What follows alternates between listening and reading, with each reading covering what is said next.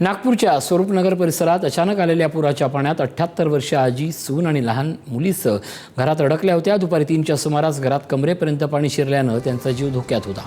परिसर जलमय झाल्यामुळे घरातील पुरुष घरी पोहोचू शकत नव्हते. अशातच मग नातेवाईकांनी रेस्क्यू टीमला पाचारण केलं. संध्याकाळी 5च्या सुमारास एनडीआरएफनं यशस्वी बचाव मोहीम राबवत आजीची सुरक्षित सुटका केली.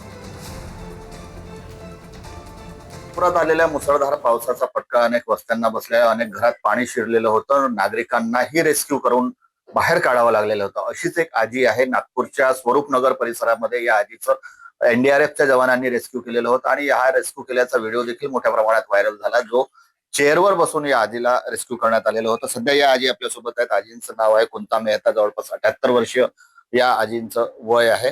दादीमा, ये बताए क्या हुआ था जब बारिश आ रही थी, तब घर में कौन था, कितना पानी भरा था? पानी भर गया था। यहाँ तक कमर तक पानी भरा। हाँ, घर में कौन कौन था? कौन तुम्हारे बे बउए मुंह ताण सोनो ने एक भैया तो विपुल तो मारे कितना कितना डर लग रहा था? लड़ लगा तन बहुत सारा सामान बच गया था। आपको चेयर पे बैठा के रेस्क्यू किया, बाहर हाँ, निकाला? कुर्सी मन में बैठ कुर्सी पे? कुर्सी पे किसने बैठाया था? मारे बउए किती पाणी साचलं होतं? रात्री पण कमी कमी कमरेपर्यंतचं पाणी आहे. त्यांचं सगळं सामान डुबलं होतं. पलंग बिलंग सगळे डुबले होते. सोफा सेट वगैरे सगळेच डुबले होते.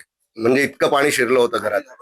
हा, ते थोडं घाबरून बसले होते. त्यांनाही थोडंसं हे शिवरिंग वगैरे झालं होतं. म्हणून आम्ही म्हटलं तुम्ही घाबरू नका. म्हटलं मी माझ्या घरी घेऊन जाईन. कसं बाहेर काढलं? पाण्यातून आम्ही मग कुर्सीवर बसवून, ते एनडीआरएफचे मुलं होते, त्यांनी मग त्यांना कुर्सीवर बसवून मग ते गाडीत आणलं. गाडीतून मग इथे सोडून दिलं त्यांनी. आता घरात काय स्थिती आहे? आता सगळं म्हणजे सामान इकडे तिकडे पसरलंय. त्यांचं सामान सगळं खराब झालेलं आहे. म्हणजे भरपूर नुकसानी झालं त्यांचा. म्हणजे सगळे म्हणजे सामान बिस्तर फ्रीज ब्रीज सगळं अन्नधान्य सगळंच खराब झालंय. अशी खूप परिस्थिती. खूप खूप धन्यवाद. जितेंद्र शिंगाडे, पुढारी न्यूज.